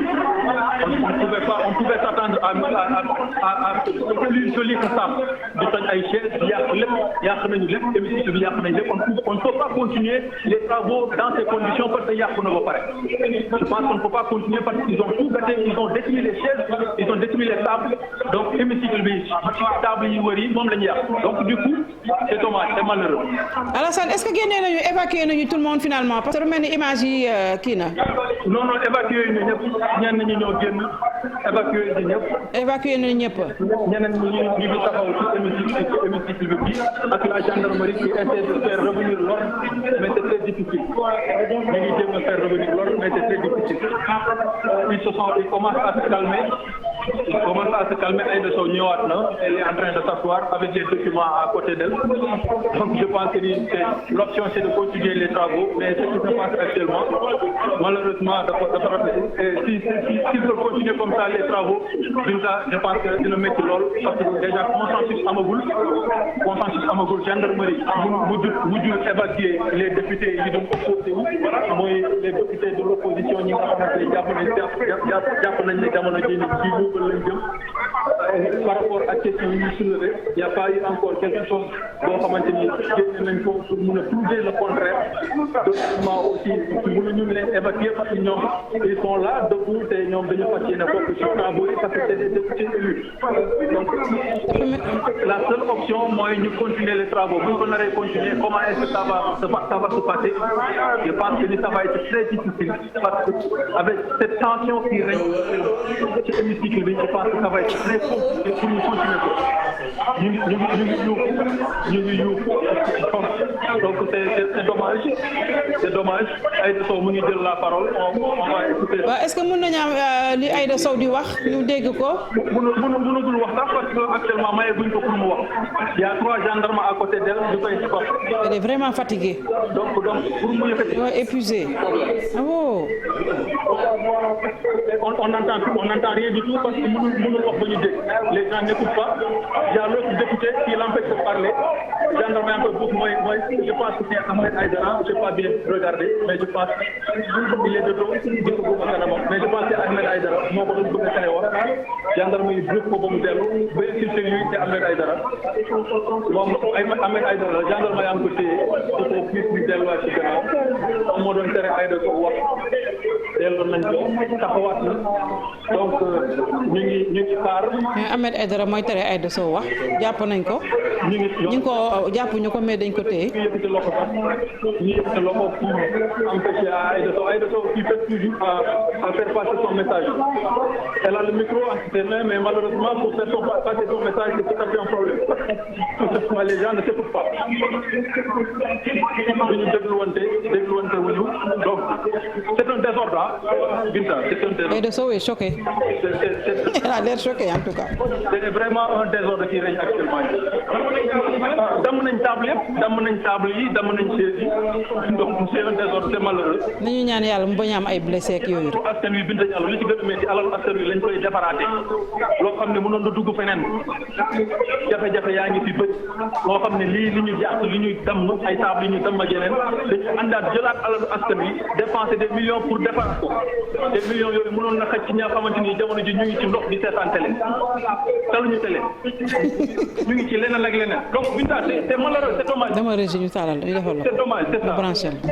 c'est dommage c'est vraiment dommage la gendarmerie qui aujourd'hui est en train de superviser de faire régner difficilement. Ce sont les mêmes images qui reviennent ñoom génne nañ leen le temps ñu gardewaat Alassane un peu en repérage pour mun a am Aïda Sow Diawara ci kanam tuuti qui a l'air très très choqué comme tous les Sénégalais d'ailleurs Boubacar Ba ñoo ko vivre ensemble ce qui se passe à l'Assemblée. En fait sur le principe man jàpp naa ni nous sommes tous d'accord que ça c'est une très mauvaise image pour notre pays parce que actuellement ñëpp a ngi seetaan ñun ñëpp d'accord que ni du assemblée bii lañ soxla. C'est vrai, même si aujourd'hui l'administration parlementaire n'a pas été au rendez-vous, même si il y a eu des manquements par rapport à l'organisation, mais loolu aussi pour man du raison à ce que ñii war a comporter wu nii. Parce que su ma gisee tey un Guy Marius Sagna taxaw ci kaw c'est-à-dire l'image là en fait c'est pas une belle image. C'est-à-dire que en fait on a même l'impression que ni ñoom dañu nekk ci logique pour bloquer, logique pour saboter. Donc même bu administration parlementaire bi nekkul au rendez-vous même s'il y a eu des manquements même bu fekkee ne ñoom waroon nañ mën a jël seen matuwaay. jël les devants pour que lii bañ a am ñoom également ceux qui sont dans l'opposition je pense que ni ñoom aussi nañ xam ni que en fait c'est des députés c'est-à-dire war nañ mën a am benn sens de la retenue benn responsabilité pour que lii bañ fi mën a am parce que même bu fekkee ne tey dañuy ñëw ñun ok l'administration parlementaire li mu waroon defu ko ñoom ñu fauté mais man su ma nekkee député de l'opposition mais dinaa jël samay matuwaay ba nga xam ni du ma def benn acte parce que ñoom également du état rek du ceux qui sont dans le pouvoir ñoom ñoo war a prôner une belle image de notre démocratie de notre pays mais également ceux qui sont dans l'opposition ñoom aussi war nañ mën a préserver li nga xam te mooy image u état mais lii encore une fois de plus c'est quelque chose qu'il faut vraiment regretter et qu'il faut vraiment dénoncer c'est vrai nag que les responsabilités sont partagées maintenant nag ce qui est dommage mooy leen dong moomu ci metti c'est-à-dire que encore une fois de plus ils vont faire ce show là à l'international les gens vont commenter là-dessus nit ñi dinañ ci waxtaan suba nga déggaat ni encore une fois de plus ils se sont retrouvés juboowaat nañ àndaat nañ parce que à chaque fois les politiques c'est comme ça fi ñuy xuloowee ca lendemain fa la ñuy ñëw juboowaat maintenant nag c'est le comme ni ma koy faral di waxee c'est le peuple qui perd. Absolument. Mais encore une fois de plus l'image là je pense que c'est une très très très mauvaise image qu'on est en train de donner à notre pays. Est-ce que yaa yaakaar ne c'est le peuple qui perd wala ñoom ñoo non mais su ma nee c'est le peuple qui perd yeewu na de dama mës a dégg non su ma nee c'est le peuple bi yeewul Moussa non su ma nee c'est le peuple qui perd dama mës a dégg le président Moustapha Diakhaté mu ni xam nga ñun le principe de la République c'est le gouvernement du peuple par le peuple et pour le peuple mais en réalité le peuple ne gouverne absolument rien du tout le peuple ne gouverne rien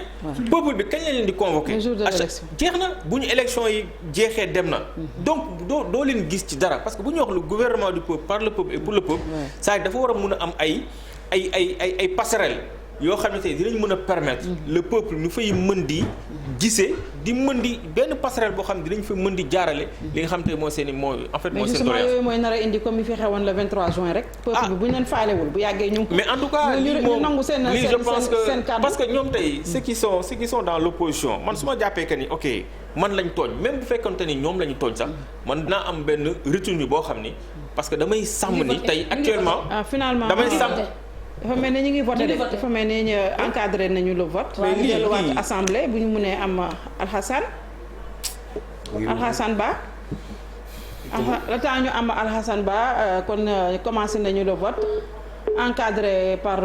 les forces de l'ordre Moundiaye Cissé yaa ngi doon wax sànq que c'est l'échec de l'État. non parce que man bi may wax bu may wax échec État mooy le fait que gendarme yi dugg. waaw c'est vraiment ensuite.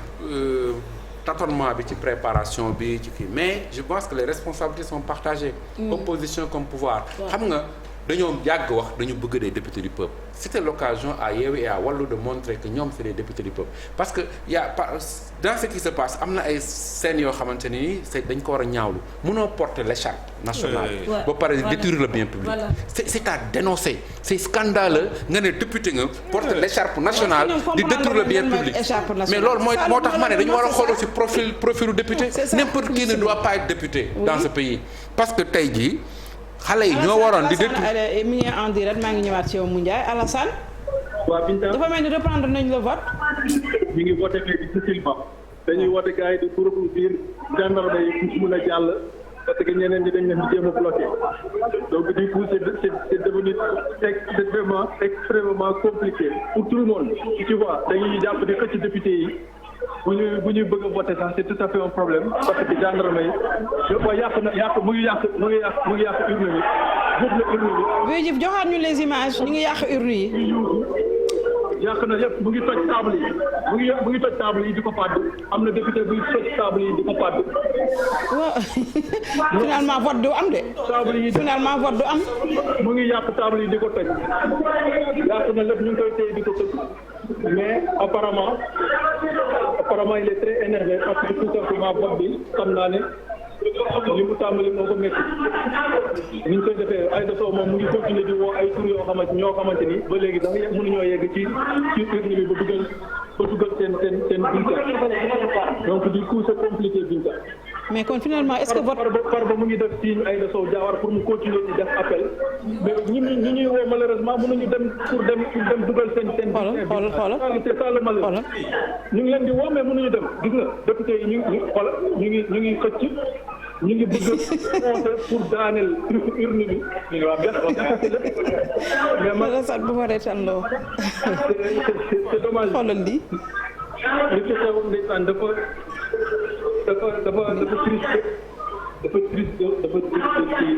ci xar kanam bi ñuy joxe dañuy actuellement kenn dugal pour ñu dugal problème donc Benno Bokk Yaakaar actuellement ñoom ñooy jéem a def di créer ay passage pour mën a may seen député yi ñu mën a jàll dem dugal seen bulletin yi mais pour les députés de l'opposition c'est vraiment très compliqué. Ils ont formé un bloc et demaguñu Abdoulaye Daouda Diallo moom mooy dugal bi. si comment voter dans ces conditions regarde. Abdoulaye Daouda mu ngi daanu en transe. donc Abdoulaye Daouda dugal na bulletin yëkkati loxo mu ngi jàll. Malick Diop Amadou Diallo moom mooy dugal bulletin am jàll na donc c'est vraiment très compliqué. C'est vraiment très compliqué parce que Barthélémy Dias a fait le tour. mu ngi derrière le ministre Abdoulaye Seydou Sow sûrement day xaar moom tamit son tour parce que ñu ngi ci dee. ils vont voter. waaw ils vont voter sûrement ñu ngi ci dee ñu ngi ci am nga par ordre alphabétique la donc bu Ismaïla Diallo la ñu woo xam naa ne du yàgg ñu woo Barthélémy Dias parce que ñu ngi ci avec le nom de famille ko waskaate nekk yaa Barthélémy Diallo teg ci woo nañ ko donc il passe par l'autre côté boo taxawee ci côté bi ñu taxawee c'est à ta droite côté li taxaw ay ñoom Abdoulaye Daouda Diallo Amatar ñu ngi fële voté na ba. Il y a Wuri Baylo Diallo qui vient de voter.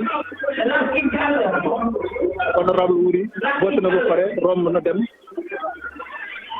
pour ñu jàll sax problème la Binta pour ñu jàll sax problème vraiment bu ngeen xoolee xar kanamu hémicycle bi lépp a yàqu c'est vraiment dommage chaise yi sens dessus ñu damm table yi boobu yàqu micro yi naaw côté bële kenn xamul li lan la c'est rafetul vraiment dafa ñaaw trop Binta li ñaaw na trop maintenant on va suivre le vote pour xool Aminata Diaw la ñu woo la députée de Vélingara moom tamit bon elle va aller effectuer son vote donc Binta jaxasoo na trop yaa Guy Marius Sagna aussi de l'autre côté di buuxante gars yi côté bële ci gars yi di jaar pour dem voter ji il est là-bas lui et Barthélémy Dias, il y a aussi les autres députés de la mouvance ñi nekk côté boobu ñoom tamit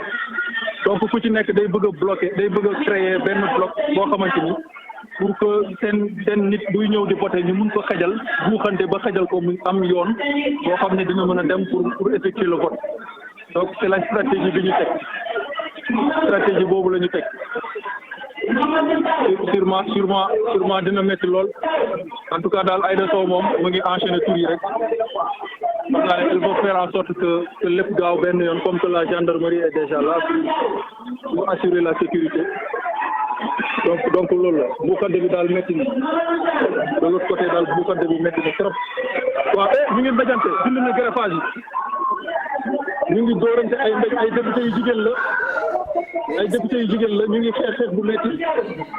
métti kay ñu ngi dóorante yu métti ñu ngi leen di jéem a àtte mais c'est difficile oh non c'est triste c'est vraiment triste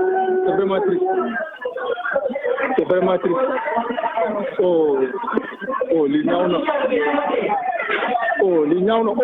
toj na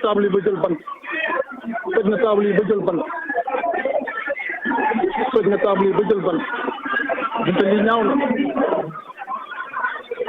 na ils sont entrés de la manière la plus moche dans l'histoire il vient de démarrer de la façon la plus moche dans l'histoire.